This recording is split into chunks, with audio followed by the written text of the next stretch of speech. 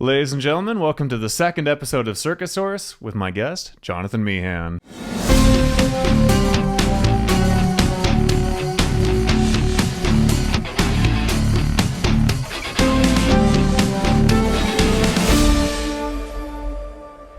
Hello. Happy to be here. Yeah. Very excited. This is my first podcast. Nice. So, for people who don't know you, who are you? What do you do? And where did you come from? My name is Jonathan Meehan. I am Canadian. I grew up out of a city just called Toronto. And I'm a circus acrobat. I've been doing it for 11 years now. What was your background? What got you into circus? So I started gymnastics when I was 10. And then from there, I transitioned into Powertumbling when I was 14. From there, things started to really take off. I was competing for Team Canada. I was going to World Championships, stuff like that. And from there, Cirque du Soleil does their casting booths at competitions. That's how I got to know them and did an audition, and away we went. So was Cirque your first performance job? I did a very small one with a very small company out of Stony Creek, Ontario, called Circus. Mm-hmm. And those two, the owners of them, used to be in Quidam. Oh, cool. So one did the Bonkeen act and the other was a skipper. Mm-hmm. So I did a very, very small thing with them, but that was about it. I count Lanuba and Cirque being okay, that was the first big professional contract I had. Nice. So your first proper large show was Lanuba. Yeah. That's crazy. From that, did you transfer directly to Beatles Love, or how did Yeah, that go? so I started on a temp contract for 4 months for Lanuba. Mm-hmm. And then it ended up getting extended until 7 months. And while that 7 months, because I was just replacing somebody that was injured, so they were coming back. So that meant no matter what, I didn't have a contract at Lanuba. I didn't have a full-time. So they were trying to move me around, and Love popped up. And yeah, so I had about 3 weeks off. I went to Montreal, did the whole dots and 3D scan and all that, makeup testing and all that. And then, straight to Vegas. Nice. So at Lanuba, was it all power track? Was it trampoline? Was it tramp wall? What all did you do over there? As much as I could. Gotcha. Lanuba was a big foot in the door for me. So I tried to learn as much as I could. I was actually training teeterboard there as well. But mostly, I got hired for power track. There's a few images where the power trackers will jump onto and do some desync with the tramp wall artist, but it's a very quick image. Mm-hmm. And it happens after you do a tumbling pass. So it kind of is on your way back. You're doing an image with the tramp wall people, and then you're off to the races. Gotcha. Yeah, mostly power track, though. Gotcha. And at Love, it was for trampoline / the sort of pseudo tramp wall-ness of it all? Yeah, Love was general acrobat, so there was a whole bunch of everything from doing prologue rope to bungee straps to teeterboard to trampoline to latex tubes. It was a playground. Mm-hmm. Oh, very much so. Immediately leaving Love, I did a contract, a short one with Malord Entertainment. We did 2 cities doing a state fair, which was fun because it was a very big contrast to the sort of massive smoke and mirrors and lights and all the bells and whistles that Cirque has, to just strip it down to something very simple, and I wouldn't say bare bones, but simple. Yeah, I mean, it's not a custom built, hundreds of millions of dollars theater with every little effect built into it. Exactly. But still just as legitimate. 100%. I learned how to do a high fall there into an airbag, and it was amazing. I wouldn't have gotten that opportunity in other places, right? Yeah. So then, I have to ask this for all the tramp wall people out there. You've done tramp wall professionally for Cirque du Soleil. Mm-hmm. Is tramp wall scary? Oh, 100%, man. It is scary. I'm not a trampolinist. I do okay on my back, but I come from power track. Power track is very linear and long, and then you explode up. Whereas tramp wall is very different. It's such a unique timing. It's it's very, very different for me, at least. You get used to it, and you find your pocket of the kind of tricks that you're comfortable with. Because I feel there are different styles within tramp wall. There's also different walls, which helps dictate sort of the vocabulary you can build on it. But once you find that, it's okay, but I'm still scared of it. And then you take a break and you come back to it. And you're this wall is so much higher than I remember. Everyone who does tramp wall who comes on this podcast, I want to ask that specific question. That's a great question. So often I'll be at the gym and the sort of up and coming kids who are learning tramp wall will be oh, but when I do it, it doesn't look like that. And you guys, it's so scary when I do it. And I'm it's so scary when we do it too. Oh, 100%. You have to really, if you want to look and feel that way, like you have to live on the wall for like months and months and just spend time on the top of it, get used to that height, get used to falling down it and still like being able to save and get to your back, like stuff like that, building that comfortability with the height, and just like, hey, even if you're not going to bounce, like just go hang out up there. Yeah. Even if you got comfortable with a regular 11 or 12 foot tall wall, then you go to like MJ or Ovo and you're like, oh, okay. Yeah, like an Ovo's wall is just ridiculously unique. Yep. Oh, it's curved and covered in rock climbing And, like, grips so and 4 far feet away. away. Yeah. Take everything you learned and delete it. Exactly. Okay, so after all that, your most recent one was Alegria. Yes. And that was for Power Track as well? Yep, that was for Power Track. So I was on tour for 2.5 years. We got to spend time in Japan and London and Barcelona, and it was one of the coolest contracts I've ever done. I've never, up until Alegria, I only performed in North America. My dream was to be on tour with Cirque. My dream was to travel the world and perform. So I checked off a lot of bucket list items with that contract. So. Nice. Something super interesting about being in Japan, speaking about all this sort of stuff, is they have super fans there. Oh, yeah. And they love Cirque, and it's really, really amazing. Like, the experience is amazing. Like, you really feel like you're doing something good. You're helping people. You're making them happy, you know, and all that sort of stuff. And, like, you do get gifts, and that's super nice. But on the last day in Osaka, we're walking out, and it's like you just get bombarded with people, and they know who you are, and they're calling out your name. Like, I've had people who've sent me, like, gifts from pictures of me on my Instagram, like, oh wow, like way back on my Instagram, and you're like, whoa, that's a little weird. Like, it was a very profound moment to sort of understand that, like, even like we're not famous, right? I'm not, Yeah, but like to feel just a fraction, yeah, of what like Ed Sheeran or Chester Bennington or Harry Styles or like these big Metallica, these huge bands, or actors too, have to face every day, man. Oh, yeah. Like, no wonder there's like so much anxiety and like all that sort of stuff. It's like, oh, okay. Yeah, no, it's a good eye-opening experience. Do some of the people that you tumbled with in Lanuba also work at Alegria? Yeah, when Lanuba closed, it was maybe like 6-7 months before they announced that Alegria was going to come back. So a lot of them transitioned over into Alegria, into the whole creation, into that new aspect. So it was cool. Again, 8 years later, I'm now working with people that I honestly never thought I would work together again with. So it's really cool. I love that about the circus. You never know when you're going to run into somebody. Yeah, straight So up. you should always be nice. Yeah, there's a good policy for life in general. Life in general. But also Just be especially nice. this one. Yeah, it's such a small world. How do you compare tour life to resident show life then, having gone through both now? The way that I sort of talk about it is like there's pros and cons for each. Like, something that's really awesome about being on tour is you're on tour. You feel like you're a rock star and you're traveling from city to city. You're getting to know all these different cultures. You're getting to perform to all these different people. It's a very tight-knit family. Like, you're in a close bubble with them, so you can get really close with individuals, and you have also a lot more space and time to move and groove within like the training room, and having sort of your own space. Like, we have our own gym, we have our own, like I said, training space, so you can really just take your time in there. I would say though that in terms of like learning new things and branching out and trying to build your arsenal into different disciplines or different avenues, resident shows was amazing for that, because you have your dance classes, you have your acting classes, especially in Vegas, you have 5, 6, 7 other shows full of cast members that are a part of your family that you can then, you know, interact with, network with, grow from, teach and learn. So there's kind of pros and cons of each. It depends on where you're at in your journey as a professional circus performer. So not to dig, but those were all pros. Yeah. What are the cons? I try to. I'm a positive person, Scott. No, and I'm all for that. And nothing that's like too knife through the heart. Yeah. But, you know, there's always a trade-off with all of these 100%. things. When you're traveling, you miss a lot. Like, you miss a lot at home. Like, I miss the birth of my nephew. I miss the death of my dog.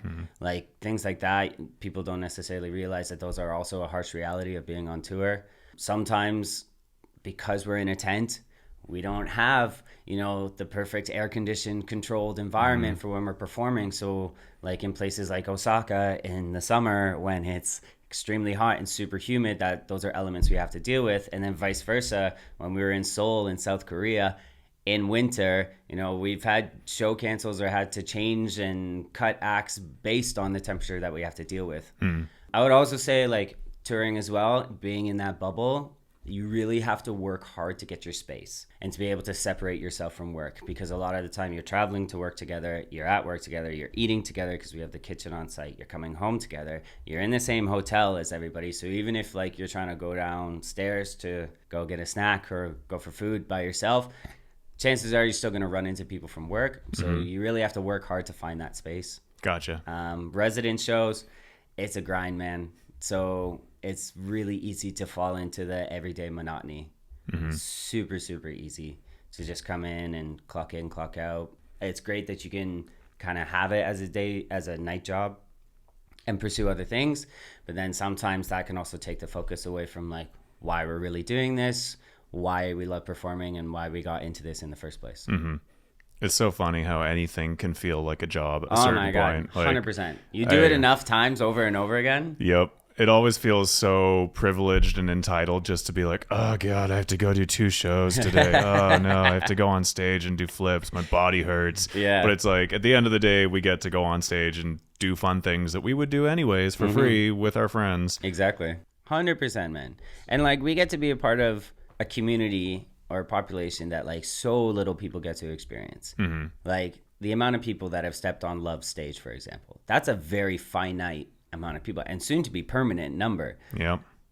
We're a part of that number, and like it can be hard to remind yourself of that some days and be like, okay, like we're literally a part of history, man. Like we're a part of these like really iconic, beautiful, intimate, and amazing shows. Yeah.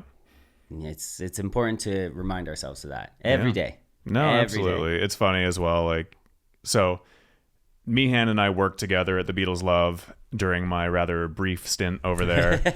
With shows like that, you don't realize necessarily when you're in it how unique it is just to be like, oh, Celine Dion was here tonight and I had a nice conversation with her. And oh, tomorrow Mick Fleetwood from Fleetwood Mac is going to be there, and so on and so forth. Like, I remember a couple weeks ago basically having that conversation with my wife where she was like, oh, yeah, just like all these celebrities backstage. Ringo Starr was there today. And you're like, God. Oh, yeah, casual. Oh, my God. And there's that one fun picture of you from right before the refresh just like chilling with Paul McCartney on stage, as one does. Wild. That was wild. The big one for me was when Dave Grohl came. I got really excited for that. I'm a big Foo Fighters fan. Nice. With that in mind, then, do you have any like specific kind of favorite memories from all the various shows you've been in, or is it all just sort of all over the place? I don't know. Lanuba, I think it was a long time ago. Fair. So I think all the memories sort of like meld into one. Honestly, no, it was funny to say this, it was the call that I got for Love at Lanuba. That was like a very standout moment for me because it was right before the show started. So like having that unknown, not knowing what's happening, anxiety, where am I going to go? Do I have to go home after this? Like, I don't want to go home. I love what I'm doing. Really like set the tone to then enjoy the rest of the contract, like not having to stress and being able to learn and try all these new things. I think big memory, it was a scary memory, was dropping at the top of Lanuba's wall for the first time. That was terrifying. I believe or even just climbing up there, because there's a ladder in the back, so to climb up and just like to feel it out and to see it was like, oh, this is intense. Love, there's like so many, man. There's so many moments that stick out in my mind, and especially now seeing it for the final days. Man, the first show, the first week. So when I first got into Love, it was the old show. So we had a phone booth instead of that bus, and that phone booth is small and was taller, and there were a lot of like no man's land. Yep. And we did this thing called tacking, which is kind of parkouring. You're hitting the corner of the phone booth and changing direction to go to the other trampoline. And it's kind of difficult because the way that you have to angle yourself when you come off the trampoline, you have to jump for no man's land, angle yourself so that your foot can still hit off the phone booth, and then you're good to go. Because if you go too close to the phone booth, you have to absorb too much, and then you're screwed because it's really hard to push. And then if you're too far, you're like you're gonna miss it. That entire first week of being a hippie, I missed every single tack.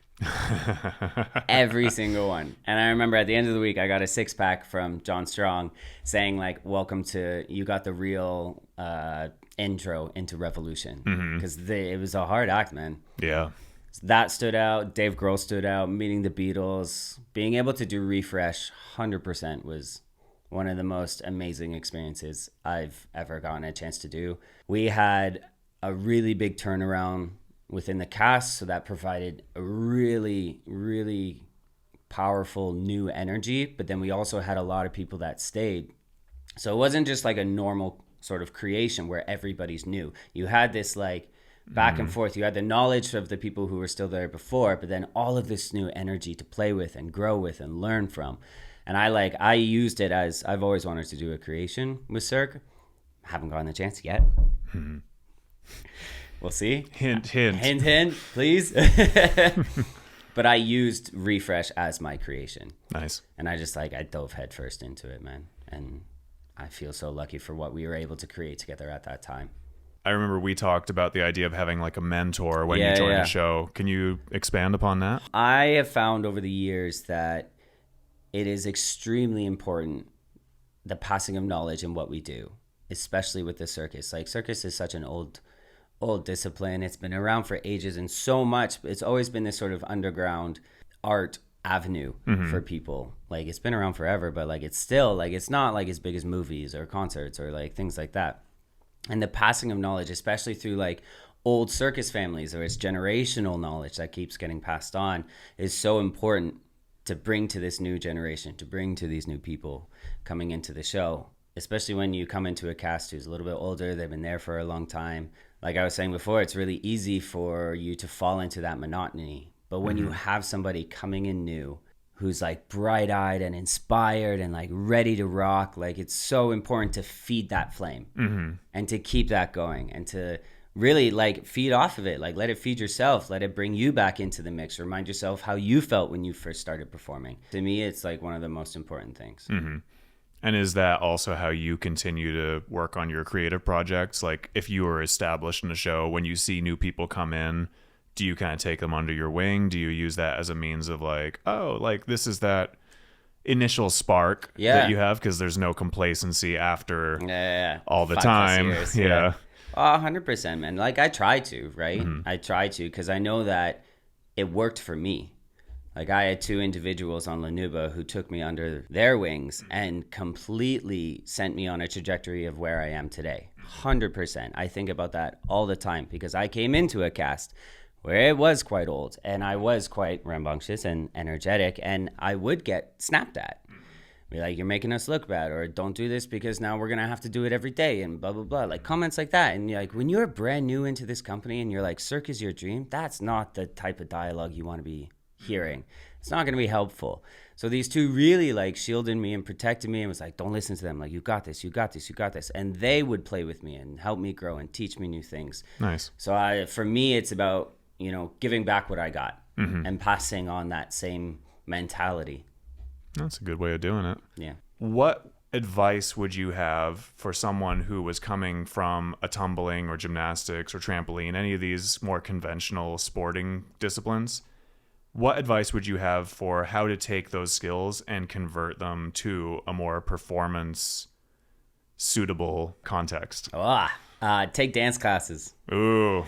100% put yourself out there and take some dance classes. The more that you can move yourself, move your body, because like, we are machines, especially when you come from those sports. Like, I came from training 28 hours a week, and like, as a kid, like at 12 years old, doing those hours and building those reps, like, we are machines. But learning to move those machines in graceful ways, that takes a lot of time, and that takes a lot of like breaking that sort of regiment and putting yourself in places that are vulnerable, that you're not that comfortable in. Like, that's all we do on stage, is constantly be uncomfortable. And be vulnerable and be open with the audience. And dance is so much that all the time. When somebody's doing a dance piece, whether like, it doesn't matter whether it's like contemporary or jazz or whatever it is, it's like, it's a very vulnerable thing to do. So getting your body comfortable doing those flowing movements is going to help so much, because then when you want to pack a punch, you throw in the acrobatics and it gets people going crazy. The more you can get yourself into spaces like that, even if there's like local theater, being an extra, you know, in a small local play, you don't have to say anything, you don't have to do anything, just like getting used to being in that space, getting used to people watching you and like stuff like that is going to help so much. Break that conventional regiment of sport. Oh yeah, it's very different. And there's no off season. No, that too. Actually, with that in mind, how many shows, because when you're in a resident show in Cirque du Soleil in Las Vegas or in most of their competitors, you're going to be doing almost 500 shows per year, plus rehearsals, workouts, warm-ups, and so on, plus any additional stuff on your own. The typical figure is 477. Yeah. On tour, how is the work-life balance compared? What's the volume? It's a little bit less because we move. So every 2 months, we have 2 weeks off because they have to move the tent. They have to move like the stage and everything. So it's a little bit less. Still, that workload can still catch up there to like 9, 10, 11 shows a week sometimes in the run. But also, like, the access to things that you have here isn't necessarily the same as the access that you would get on tour. Right. It is a lot more bare bones because it has to be transferable. So, like, having your acupuncture or masseuse or, like, being able to go do cryotherapy or, like, whatever. You don't get that on tour, man. It's a little bit less, less resources. Fair. Where do you see yourself in, like, 5 years? Do you want to keep performing? Are you thinking of like transitioning into other roles within the industry? Are you doing something else entirely? For now, if I can find something that's sustainable for my body, I will do it for as long as I can. I loved power track and trampoline and everything for what it was, but 10 years of it does have a toll on the body, and I've been moving into other directions. Over the pandemic I started hoop diving. Haven't performed it yet, but the goal is to pursue that direction. Nice. Something a little closer to the ground, a little more artistic, a little more free flowing, that can allow more directional performances. Like, yes, obviously it can be very one way, but you got the multiple hoops, you can do cross, over, under, all that sort of stuff. Nice. Which I really enjoy, that aspect of watching a group acrobatic act. And I want to be able to do this. I also want to be able to like walk out of this career, which is, it's very important to me. You know, I feel it's very important for a lot of people, hopefully. And I'd like to, you know, not have all the crickety cracks and all that fun stuff. What crickety cracks? Yeah, right, man. Every day.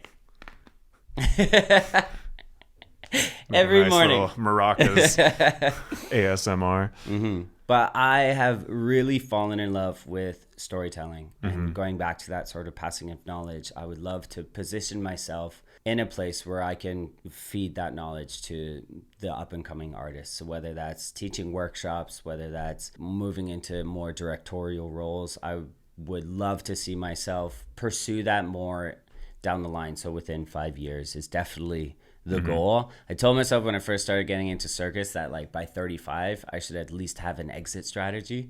So I'm starting to plant those seeds now while I'm still performing, while I have the time, which is also important. Do that, prepare, because this career is finite. No matter what, it will be finite. So one, enjoy it while you have it, but two, also prepare, because it's not going to be forever. So with the directorial and storytelling aspect of things, you were doing a lot with the film festival. Yeah. Can you talk about that? Yeah, so I am the communications director for the Circus International Film Festival. We've been going on for 4 years. It was born out of the pandemic. Our director, Marissa Diamond, created the festival because when everybody shut down, when the world stopped, everybody took to the internet, right? And went online and still had stuff to say, still had art to make. You know, we're artists. We can't just sit still. It does like we have to make art in whatever form we can. So all of these amazing videos were starting to come up online, but there was no place, no like central hub for them. So that became the Circus International Film Festival, and we've had submissions from all over the world over the past 4 years, like over 1,000 submissions. We've had some really great filmmakers come in, amazing documentaries too, about like old circus families from like all these different countries from around the world, from South America, places in Europe and stuff like that. That for me has become such a massive inspiration. because it has been showing me how versatile circus can be used as a storytelling tool. So versatile. And people in different countries under different influences and different cultures use it differently. And I just love being in a position where I can share that with people. It's so cool. And talk about it with people and get inspired with other people. With Circus as a storytelling device as well. So you also participated in One Night for One Drop and I believe a choreographer showcase. Yeah. What all did you do? I feel like you've done a bunch of those. Yeah, I did 2 choreographer showcases and 2.5 one drops. I did the creation for one, but unfortunately I had an injury the week before the performance, so couldn't do it. Remember that? Yeah. We were going to do it together. Yeah, we were on that same team. Brutal. Yeah. Oh, that was a rough go. Anyway, Choreographer Showcase is a collaboration between Cirque du Soleil and Nevada Ballet, where anybody can submit a piece. You can apply to be a dancer or a circus performer or a director or a choreographer, the whole shebang. It just gives an opportunity for people to put on different hats. So the first year I did it, I was a dancer, which also coming from such a regimented sport, it was a nice challenge for me to be like, come on, man, get out there, do something you've never done before, challenge yourself to see if you can do this and keep up with the other dancers. So that was an amazing experience. And then the second year, I ended up being a videographer and a co-choreographer for one of the pieces, which was really cool to use my video editing. Like, it's a hobby of mine. I love doing it. I love the space of cinema. So being able to pair that with a dance in the Mystere Theater was a really cool opportunity. I remember you doing Flat Top during Come Together as another exhibition That of as kind well, of like man. acro dance. Yeah, that was so cool. much fun. Such a cool accomplishment to do that as hippie and be on stage in that moment, because it's so like powerful and everybody's vibing and you're there with people you're normally not performing with, and feeling that support and love from was really, really cool. Nice. Yeah, and then the 3 one drops. The first one, I performed straps, which also never done that before, so that was a really cool experience. We did something quite unique. JD, Justin Sullivan, Jill Cook, and I created something called the J Cradle. And it's a combination of Russian cradle and straps. So the base is higher above you, and using the concept was a marionette, like a puppet, so it fit really well. The second year was the power track at MJ, and then the third one was trample wall high bar. Oh yeah, that was O. a cool one. The oil rig, Dave Loxing. So like all 3 years I was doing completely different disciplines, which is really nice because it breaks that conformity and breaks that sort of monotony in Vegas of like, yeah, we're doing a lot of shows and you're doing the same thing. So it was nice to get a chance to just do something different. With very different people as well. Very different people. Yeah, I always remember, like, I was kind of coerced into doing ACS and One Drop. I was very reluctant to do either, but it was so cool to get to do something I didn't normally do with a whole different like cast and crew, because you get people from every single show who have volunteered their time for months for this thing. So it's like, you know, it's a meaningful thing. And it's also just like kind of what you were saying with Come Together, where you are not normally on stage amongst the dancers as an acrobat. There might be moments like Hold Your Hand where everyone's on stage and there's just so much going on. But nonetheless, it's still usually like these people are doing their thing over here and you're doing your thing over here, and you might run through the crowd or something, but these opportunities are so intermingled and so unique. And like, even I saw Love the other night, and as I was walking out, Greg Penn was walking the other way, so I high-fived him. My parents were with me, and they're like, oh, who was that? I'm like, oh, remember Choreographer Showcase years ago? He's the guy who was on my shoulders because we were doing acro with a 2-time Olympic trampolinist. What? You're like, what? So cool. Nice. Oh, that's so cool, man. So, not to go dark, but injuries are an unfortunate reality of what we do. You were injured right before the Power Track act that we were going to do. Can you talk about that a bit? Yeah, so it was at Love. It was on my 25th birthday. Oof. Great timing. Oof. But I sustained a concussion during the second show of the act. I was doing a trick that wasn't that hard, but I didn't send it in the right way. Ended up hitting the bus and then falling backwards and hitting my head on the stage. That took me out of shows for 3 months. Damn. I would never wish a concussion on anybody, man. Oh my God. It was rough because with other injuries, if it's like, at least with acrobats, okay, it's like ankle, knee, maybe wrist, shoulder, you can still work out and be active and get that serotonin kick from moving your body. But with concussion, man, you can't. Or like even the serotonin from like watching TV or inspiring movies or Lord of the Rings or Star Wars or whatever. You can't do that. You have to like sit there and do nothing and just like wait patiently for your headache to go away or for you to stop feeling dizzy. And that was a really, really, really tough experience for me.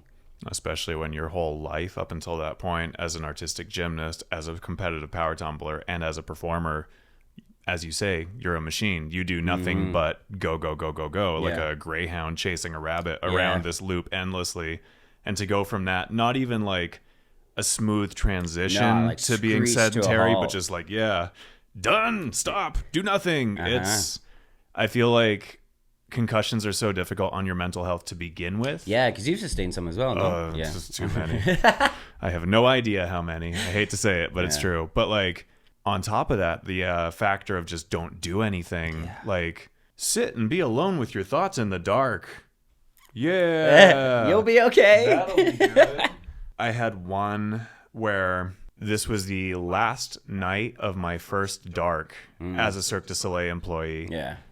Great timing. I was doing sear wheel at the gym, and I wanted to try a new trick, which was doing a back pullover, just like you would do on a high bar to the top of the wheel. Yep. I see people do it all the time. It looks cool. It looks easy. It's not. The wheel came down. Yeah, I got caught with my hips on top of the wheel, and then my chest was down here, so I tipped forwards. Yeah. I fell off. It smashed the side of my head, split it open, and all that. And so I was kept out of shows as well.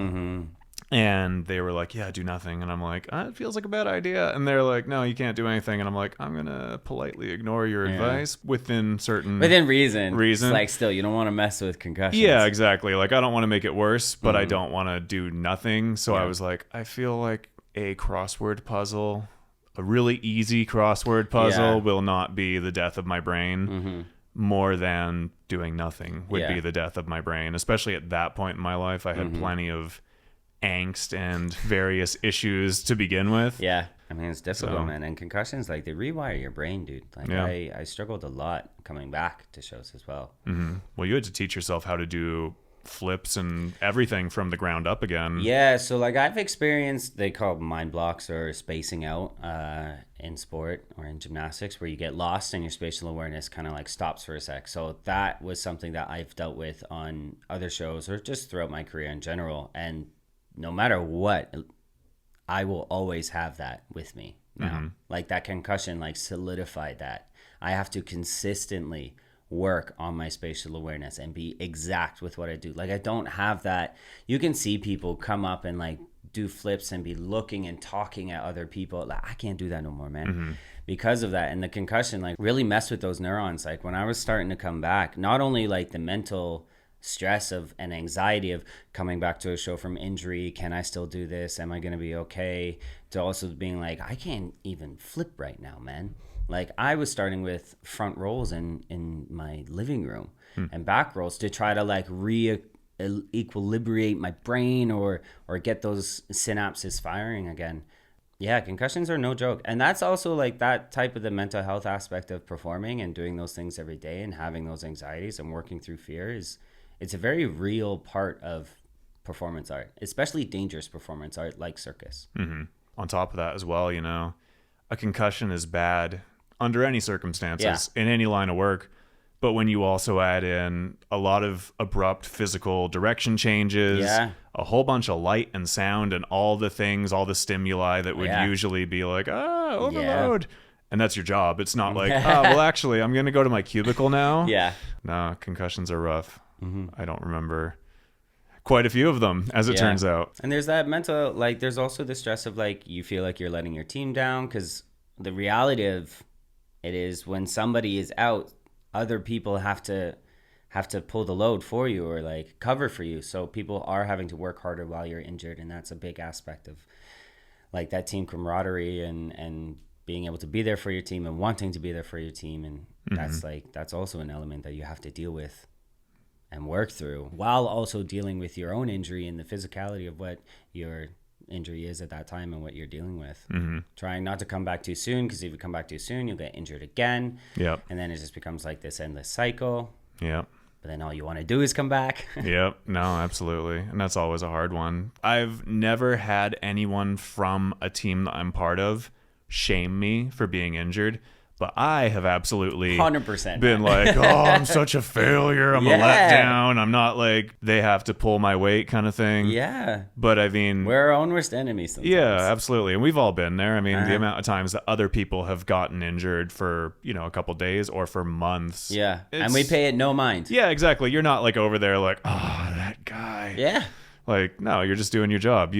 They're injured. They don't want to be injured. Yeah. I will say it is an extremely fine line that individuals within performance medicine in general, like in like sport and circus, like they have to walk. Because when I was coming back from my concussion, I didn't want to go back, man. I was scared, and it did take somebody from that department to give me the nudge that I needed.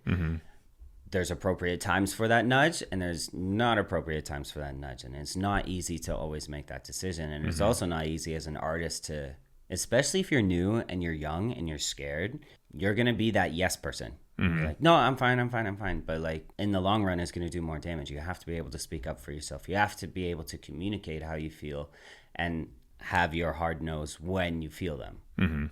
If you could go back in time to when you were that young artist, what advice would you have for yourself as an up and coming, post-competitive, freshly performing Meehan? You can still have fun and save your money too. That's what I would say. Like coming to Vegas, I was 21, man. Like I definitely got the Vegas experience out of me. It was amazing. But I think especially when we live in a freelancer driven world or a contract driven world, like not salary or like stuff like that, you have to be financially literate. As best you can. You have to be able to prepare. And like I said before about this career is finite, you want to be able to give yourself some time after to find your new identity, find your new purpose, to make those transitions as seamless and easy as possible. So I would say if you're coming in, save your money, especially freelance, because it makes it a lot easier. Like for me right now, I have time off. I was finished Allegory in May. My next opportunity doesn't start until September. But if I was the same person that I was when I was a kid, I would be having to work right now because I would have not saved enough money to be able to at least float myself a little bit in between these opportunities. And that really gives you like freedom. Yeah. Which is the name of the game, You want to be able to have that opportunity to go travel, see friends, do podcasts, go see other shows, do things that you love when you normally wouldn't because we work so much when we work. Yeah, no, I feel like it's always this interesting, like the outside perception always seems to be like, they're just playing. You just go out and you just do a backflip and you're getting paid for it. I think there's also a few misconceptions like, we just live for free in hotels, which on tour, yes, but when we're here, no, we're in my house right now. Two, that, as I said, it's just play, because I think people watch a show and then they go off to dinner or they go home or whatever and they're like, wow, that was so cool. And they don't realize, they're resetting and they're going to do the exact same show with the same exact energy. All over again. And if it's a 3-show day, they're doing it again. Yeah, man. Oh, God. That delirious kicks in, or delirium, and you're just like, let's go. Yep. Why am I doing this? Yep. Like, it's fun, but it's also hella dangerous, man. And dangerous, by that third show, like, mistakes happen more frequently, and it's you have to really be on your game. I'd be very curious to see statistical data about how the prevalence of injuries increases, decreases, or remains stable throughout the week, because I do definitely think that by the time the 5th day of performing, or during certain experimental phases in the company's history, the 6th day of performing rolls along, you're just like, God, kill me. Yeah, and you're tired. It's a marathon, man. And like you said, people come in, they see the show, and they leave, and they think that's it. Like, my work day starts when I wake up, man. Like when I'm cracking my joints, or when like I get up and I stretch when I get out of bed, or I'm thinking about the show, or like especially when I'm working, my diet and my workout regimen is specifically geared to what time the show is and what I'm doing in the show. Because it has to be, like we're machines. And it's like, I enjoy that. I enjoy that aspect. I enjoy that routine and creating that regimen to like fine tune my body, just like a well-oiled car machine, whatever you want to call it, so that I can perform at the best that I can do. That would be another thing. Take care of your body. Yep. Your body is your money maker. It's your vehicle in this career. Like, it's not your brain.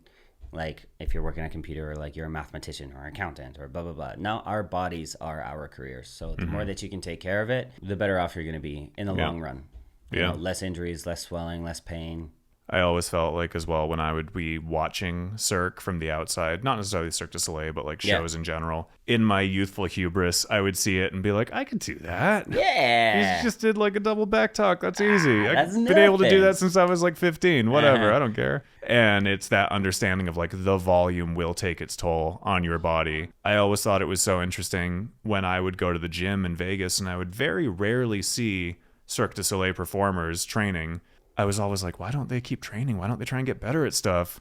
And then I got in and I was like, oh. Because we're exhausted. Because you're exhausted. Like, my first Cirque show was Chris Angel, and we did 377 instead of 477, which still works out to more than one show every single day of the year if you were to do it that way. It was a much easier show as well. I was doing kind of tricking, tumbling on the stage, parkour, sear wheel.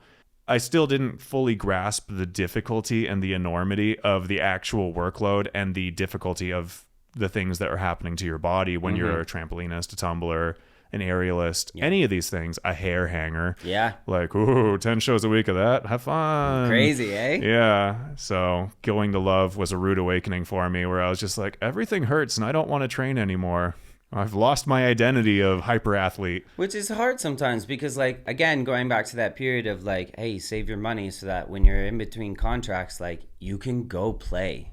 Like, that's a really big aspect that I think I miss from being on tour as well, specifically because we're moving so much. Trying to find a gym every city you go to or a circus center. Like, you don't have these in every city, man. Like, at all. So, or you don't have the time either. So like a lot of your play, a lot of your training where you're just training for the sake of training is in between contracts when you have the time and the energy to be able to do it. So I don't know. I found that quite important and a really good aspect of like, that's really beneficial for you to save your money so that you can do stuff like that. So when you were trying to get into Cirque in the first place, like with Lanuba and stuff, did you audition? Yeah. Oh, you did? Okay. Yeah, I did a live audition at my home gym back in Burlington Bee Gees. Nice. Something really cool about Bee Gees, for whatever reason, there's like maybe 20 of us over like the span of 20 years where all of us ended up at Cirque. All of these people coming out of this gym that's crazy. Over like these different generations. Like my first coach was the person that I replaced on Love. Who was it? John Strong.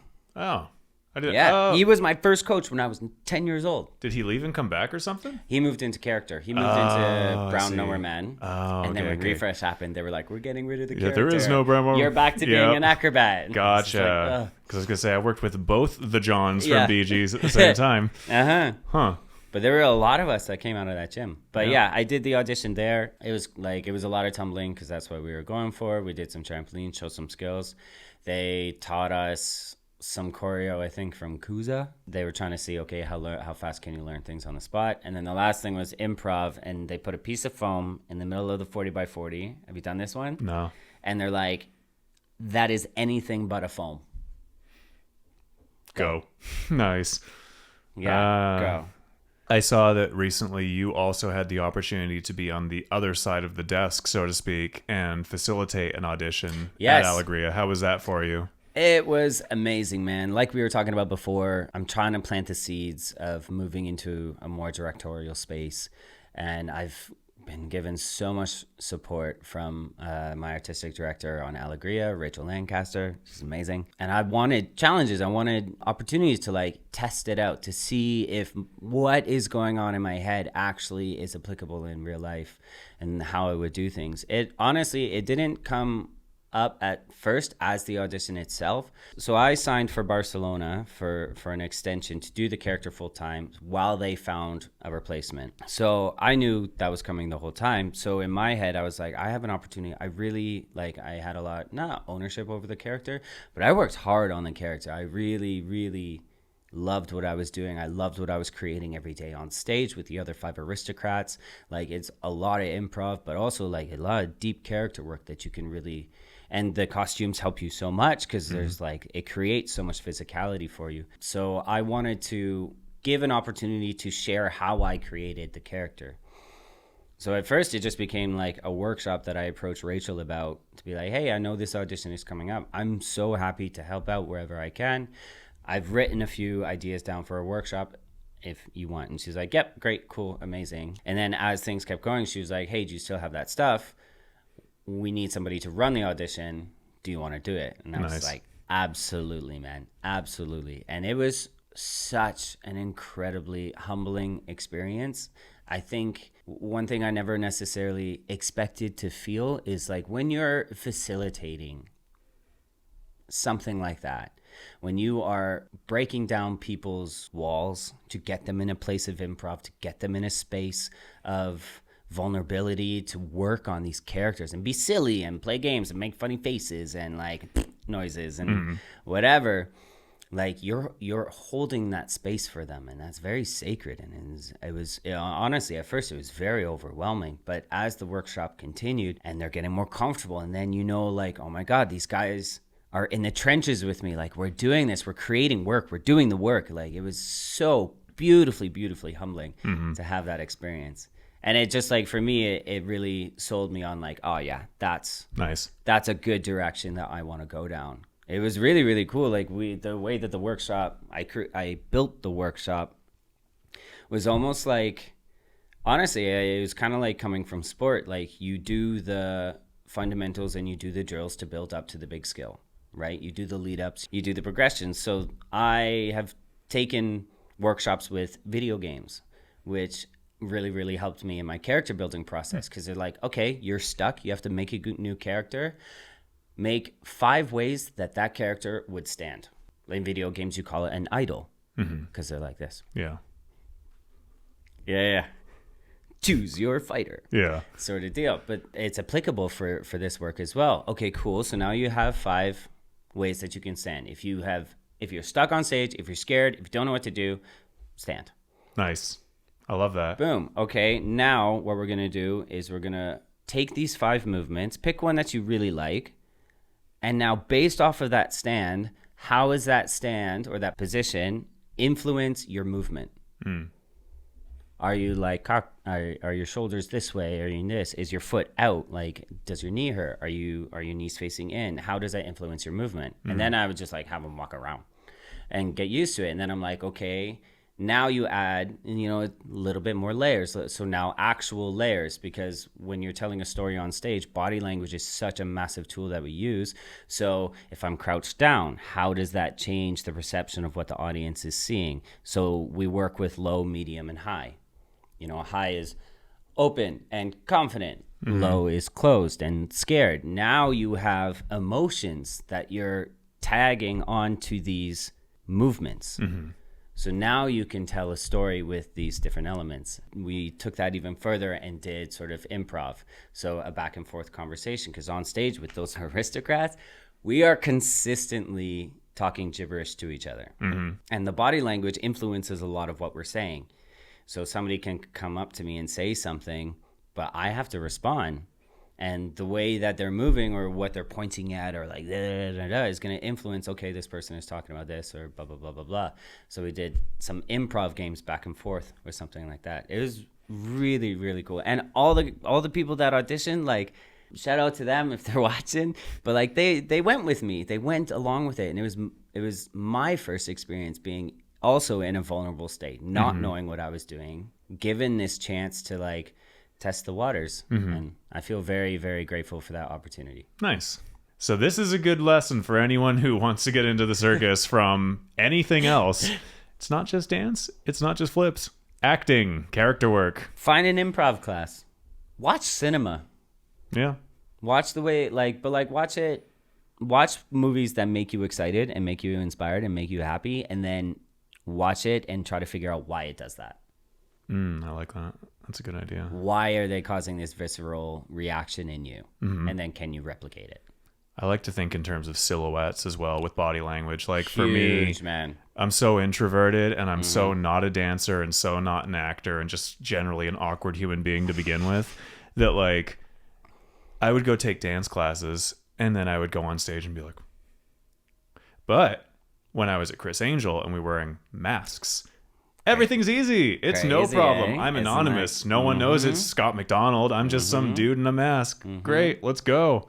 It's So super interesting, eh? yeah. So maybe that's something too. When you guys are first starting out, if it makes you feel more comfortable to take on a different persona, like go get a mask or go get a costume that you normally wouldn't ever work in and play with that, because then you allow a little bit more separation, because it's not you that's doing it, it's a character you're playing. there you go. Is there any other thing that you would like to talk about or any life lessons you'd like to impart before we call it good for the day? Fall in love with the process, man. Fall in love with what we're doing, with really like fight that urge to become complacent as much as you can, and find the people who set you on fire.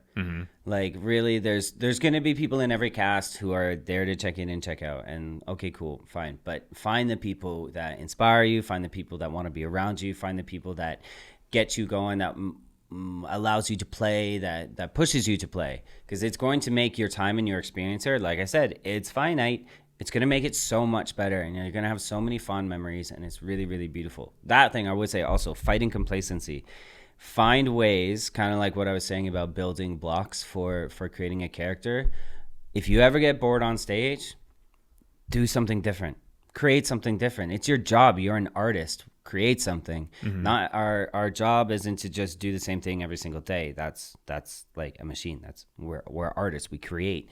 We do new stuff all the time within parameters. Obviously, do it safely and with proper communication to your castmates. But yeah, fight that urge of complacency and like really, really push to try new things all the time. Like there's no reason for you to become bored here, ever.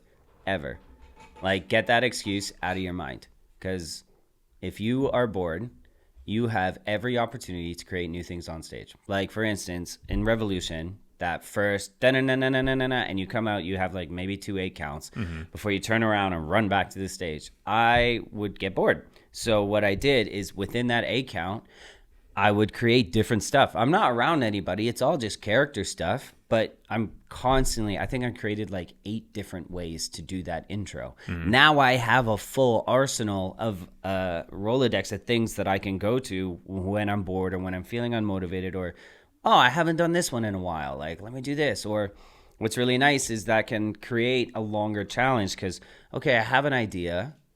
I'm going to do it for a week and dial it in, get it really nice on the music, like get the audience, make sure people understand what I'm saying, and then I switch. So now, like, next thing you know, it's like 10 years down the road and you're still loving and you're still creating and enjoying what you do.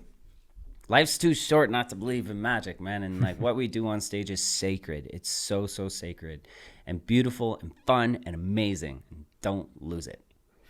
Thank you for helping me pass that sacredness to the next generation. Hell yeah. Yeah. Thank you for having me, Scott. Dude, this has been so much fun. Good. I really appreciate having the opportunity to talk and have fun. Yeah. Anytime, man. Anytime. Cheers. Yeah. Well, it's been a great podcast. Like, subscribe, follow, do the things.